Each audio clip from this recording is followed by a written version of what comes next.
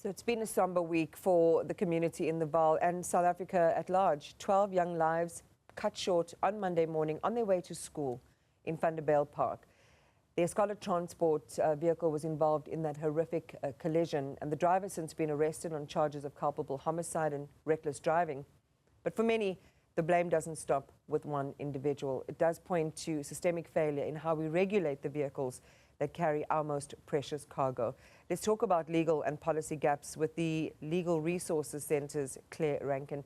Claire, good morning. Thank you. And I'm sorry that we always seem to have these conversations in the aftermath of a tragedy such as the one that we have just witnessed. And you have researched, there's been a lot of writing around this particular issue.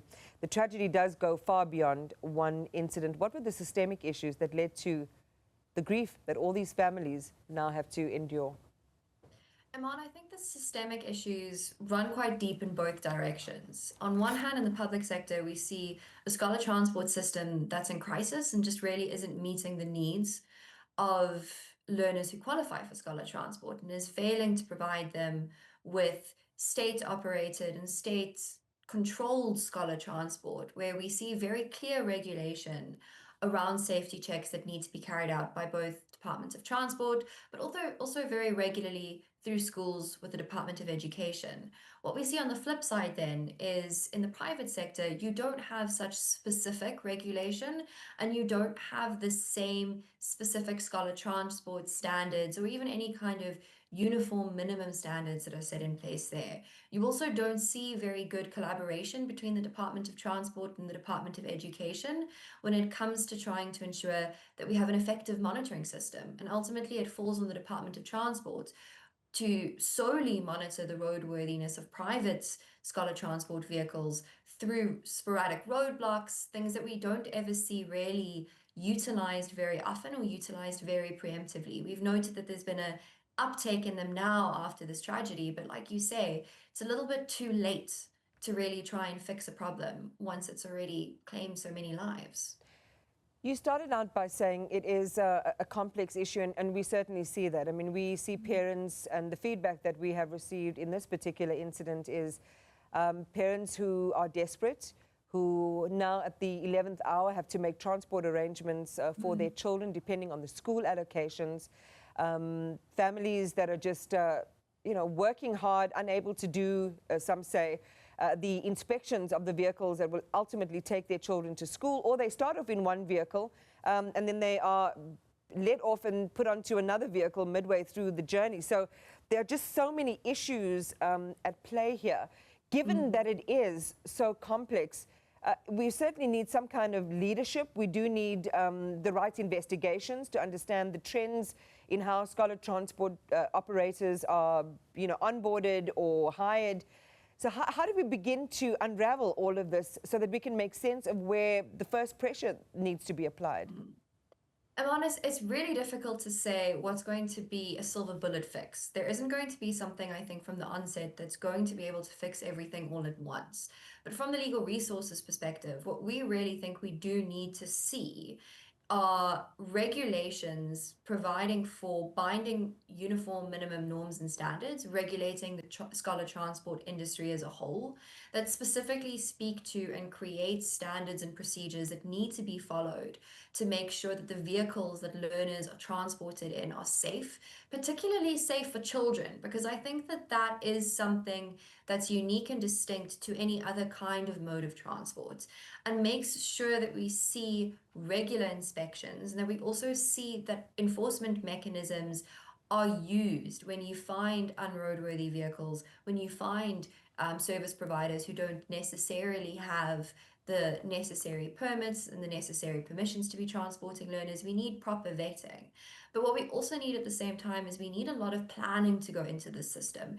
We need the Department of Transport, in collaboration with the Department of Education, to act proactively to make sure that they have the right plans in place, executed at the right time across an academic year, and make sure that they have an adequate budget made available to ensure that they meet the need for scholar transport across the country.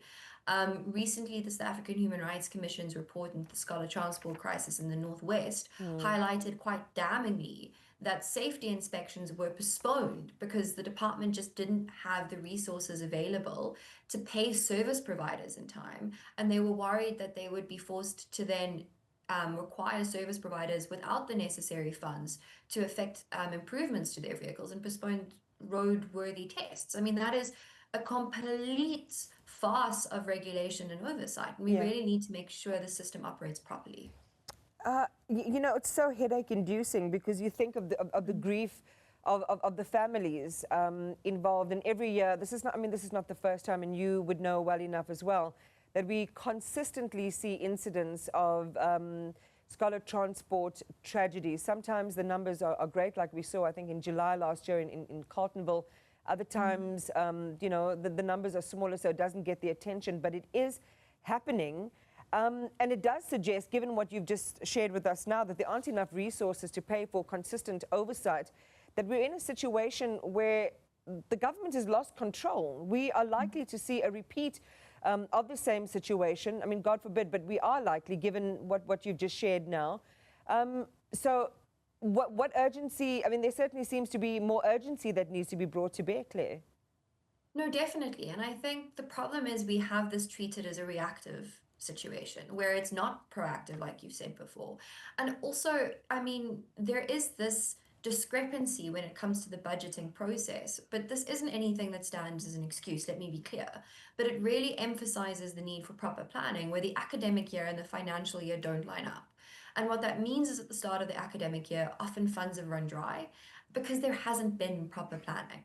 So we really need to actually start putting pressure on government, I think, well towards the end of a preceding academic year to start considering and start making sure that they have the plans in place and the resources available for the start of the forthcoming academic year in order to try and mitigate issues that we see often arising because of a disjunct between those two.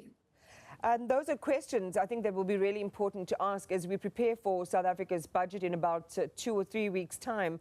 Of those departments to ensure that those allocations are there at the point of need at the beginning of a school year. But again, a lot of the vetting, I mean, I'm wondering, you talked in the beginning about state-operated and controlled transport. We see this in other countries, and maybe you can share some examples of what our global counterparts are doing.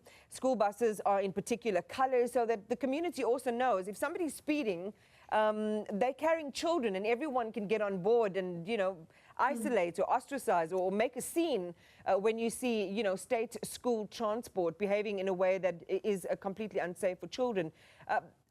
Just talk to us about what possibilities we have to take something like that on board. Aman, to be completely honest with you, we don't need to look to examples in other countries. We have that within our own scholar transport policy. State-provided operators are supposed to clearly delineate or clearly illustrate on their vehicles that they are transporting learners. We just don't see it following through. And the real issue is there, or the real issue there is that we have a policy-based system that is vague on a national level, inconsistent on a provincial level, and because it's based in policy, it is not enforceable in the same way that other laws or other regulations actually are against the state. So we sit with sometimes very good provisions in our policies that require regular inspections, that require schools to make sure and check the state of vehicles every time they arrive at school, and for those vehicles to be clearly marked as scholar transport vehicles. But we just don't see a strong mechanism for accountability and enforceability within our own policies. It's an absolute sham. And if there's no, you know, again, there's no commitment to the policy, as you say, it already exists. We have these issues. The policy is inconsistent, it's vague, it's unenforceable. There's no proper planning. There's no connection between the end of a financial year and the beginning of an academic year.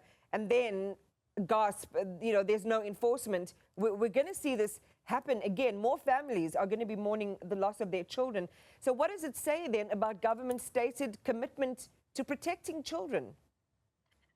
We always say that you need to test government's commitment based on how many resources it allocates and the actual follow through and its actions. And I think it's quite clear to see here that its commitment might exist on paper, but unfortunately it rings hollow when it comes to actual action.